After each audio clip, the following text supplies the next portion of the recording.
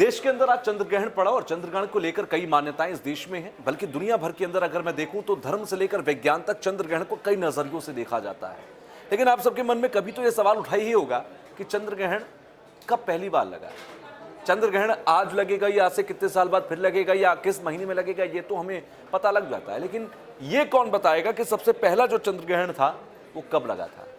ये मैं आपको बता देता हूं। लगभग 3152 साल पहले का हमें ज्ञात है कि पहली बार चंद्र ग्रहण लगा था। इससे पहले भी लगा होगा, लेकिन उसकी जानकारी हमारे पास नहीं है। तो जो ज्ञात सोर्सेज हैं, जो ज्ञात स्रोत हैं, उसके मुताबिक ये कहा जाता है कि 3152 साल पहले पहली बार चंद्र ग्रहण लगा होगा और उसे देखा गया था। ये दरअसल 280 ईस्वी यानी कि लगभग 1742 साल पहले चंद्र ग्रहण लगा था और उस वक्त पहली बार ज्ञात रहता है। लेकिन इसके साथ ही साथ एक किताब है, ये चीनी राजवंश से जुड़ी हुई एक झोऊ राजवंश हुआ है वहां पर, उसकी किताब थी। वहां पर एक मकबरा था और उस मकबरे के अंदर एक किताब मिली थी।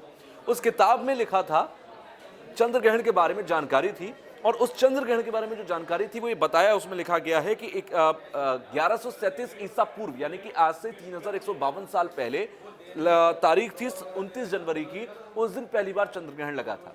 और ये झोऊ राजवंश के कहे मुताबिक हम ये मानते हैं कि पहली बार चंद्र ग्रहण 3152 साल पहले लगा होगा। तो ये तो बात हुई कि पहली बार चंद्र ग्रहण कब लगा था, और चंद्र ग्रहण लगने की जो कहानी है वो भी खुद में बड़ी विचित्र है कि चंद्र ग्रहण लगता है तो क्यों लगता है। ये तो आप लोग जानते ही होंगे कि चंद्र ग्रहण इसलिए लगता है कि जब पृथ्वी की छाया, यानी कि आप ये जानते हैं कि सूर्य की परिक्रमा पृथ्वी करती है और 365 दिन लगाती है, और पृथ्वी की परिक्रमा चंद्रमा करता है जो कि प्राकृतिक उपग्रह है, और वो पृथ्वी की एक चक्कर पूरा करने में 27 दिन लगाता है।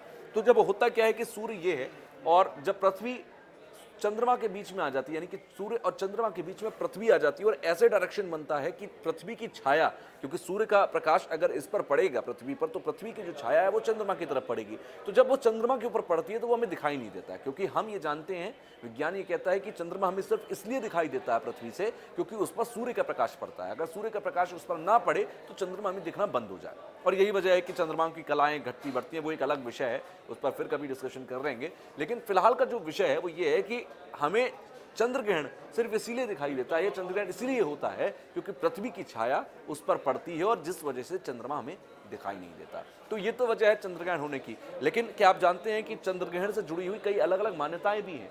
मान्यताएं क्या हैं वो मैं अपनी अगले वीडियो में आपको बताऊंगा। अगर आप वो देखना चाहते हैं, जानना चाहते हैं कि अलग अलग राजवंशों में, अलग अलग सभ्यताओं में, अलग अलग देशों के अंदर आज भी चंद्र ग्रहण को लेकर किस मान्यता से माना जाता है, क्योंकि हिंदुस्तान तो अलग मान्यताओं में देखता है, कोई साइंस की नजर से देखता है तो कोई धर्म की नजर से देखता है। लेकिन असल में चंद्र ग्रहण को और कितनी कितनी विचित्र कहानी और कल्पनाओं में देखा गया, ये एक और वीडियो में आपको बताऊंगा, वो वीडियो जरूर देखिएगा।